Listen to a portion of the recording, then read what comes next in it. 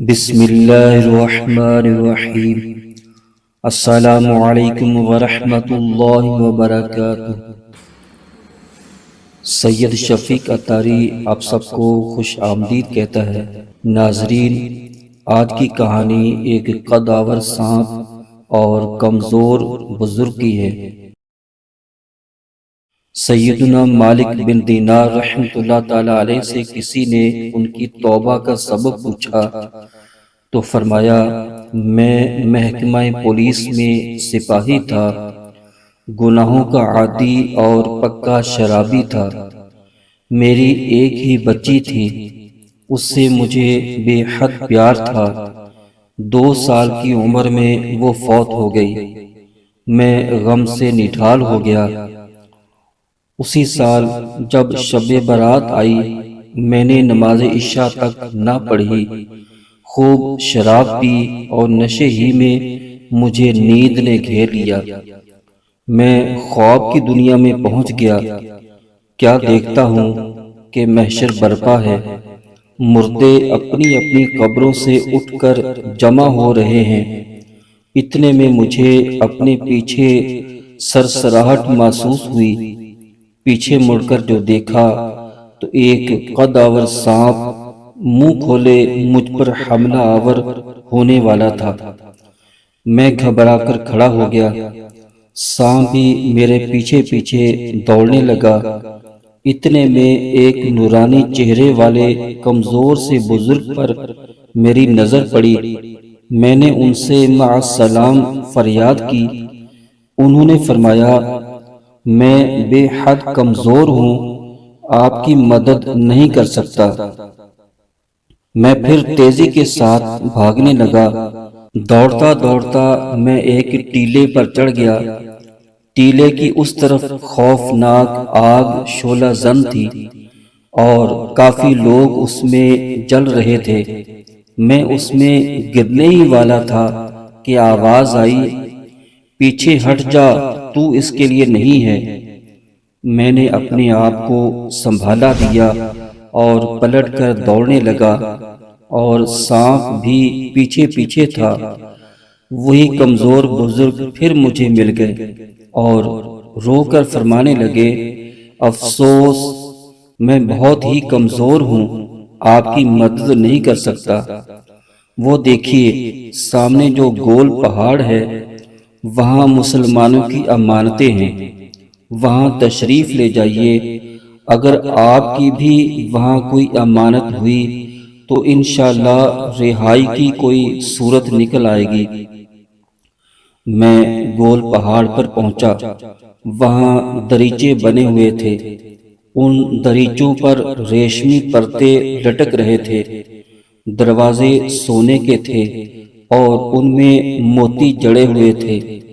فرشتے اعلان فرمانے لگے، پردے ہٹا دو، دروازے کھول دو، شاید اس خوف زدہ کی کوئی امانت یہاں موجود ہو جو اسے سانپ سے بچا لے۔ دریچے کھل گئے اور بہت سارے بچے چاند سے چہرے چمکاتے جھانکنے لگے۔ انہی میں میری فوت شدہ 2 سالہ بچی بھی تھی۔ مجھے دیکھ کر وہ رو رو کر چلانے لگی، خدا کی قسم، یہ تو میرے ابا جان ہیں۔ پھر زوردار چھلانگ لگا کر وہ میرے پاس آ پہنچی اور اپنے بائیں ہاتھ سے میرا دایاں ہاتھ تھام لیا۔ یہ دیکھ کر وہ قدآور سانپ پلٹ کر بھاگ کھڑا ہوا۔ اب میری جان میں جان آئی۔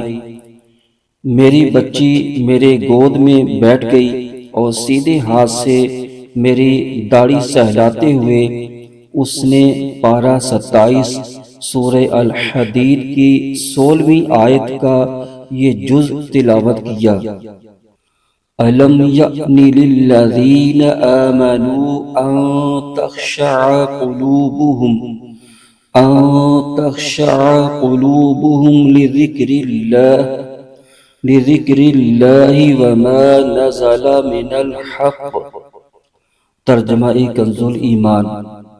کیا ایمان والوں کو ابھی وہ وقت نہ آیا کہ ان کے دل جھک جائیں اللہ پاک کی یاد اور اس حق یعنی قرآن پاک کے لیے جو اترا۔ اپنی بچی سے یہ آیت کریمہ سن کر میں رو پڑا۔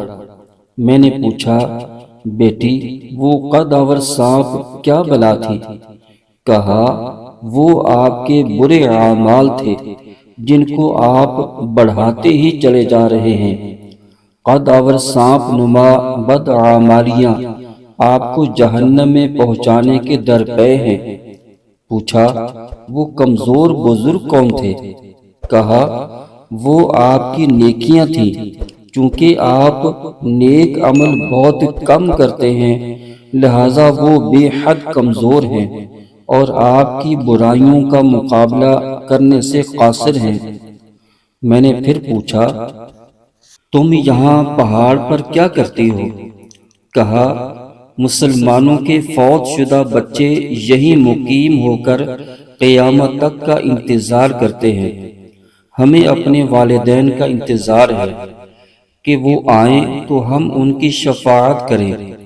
پھر میری آنکھ کھل گئی، میں اس خواب سے سہم گیا۔ الحمدللہ میں نے اپنے تمام گناہوں سے رو رو کر توبہ کی۔ تو ناظرین، اس کہانی سے ہمیں بہت کچھ سیکھنے کو ملا۔ ایک یہ کہ جس کا نابالغ بچہ فوت ہو جاتا ہے وہ نقصان میں نہیں بلکہ فائدے میں رہتا ہے، جیسا کہ سیدنا مالک بن دینار رحمۃ اللہ تعالی علیہ کی فوت شدہ بچی خواب میں ان کی ہدایت کا باعث بنی اور شراب نوشی اور گناہوں کی کثرت والے کو اٹھا کر آسمان ولایت کا روشن ستارہ بنا دیا۔ اس کہانی میں دل پر چوٹ لگانے والی جس آیت قرآنی کا تذکرہ ہے، خزائن عرفان میں اس کا شان نزول یہ ہے۔ ام المؤمنین سیدتنا عائشہ صدیقہ رضی اللہ تعالی عنہا سے مروی ہے، نبی کریم صلی اللہ تعالی علیہ وسلم دولت سرائے اقدس سے باہر تشریف لائے تو مسلمانوں کو دیکھا کہ آپس میں ہنس رہے ہیں۔ فرمایا، تم ہنس رہے ہو؟ ابھی تک تمہارے اللہ پاک کی طرف سے امان نہیں آئی اور تمہارے ہنسنے پر یہ آیت نازل ہوئی۔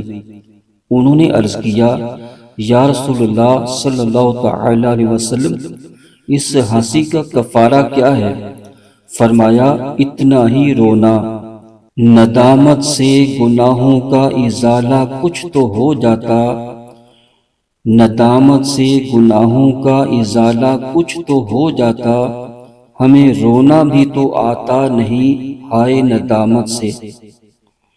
تو ناظرین، اللہ پاک ہم سب کو اپنے گناہوں سے سچی توبہ کرنے کی توفیق عطا فرمائے اور نیک اعمال بجا لانے کی توفیق عطا فرمائے۔ آمین بجاہ نبی الامین وصلی اللہ تعالی علیہ وسلم۔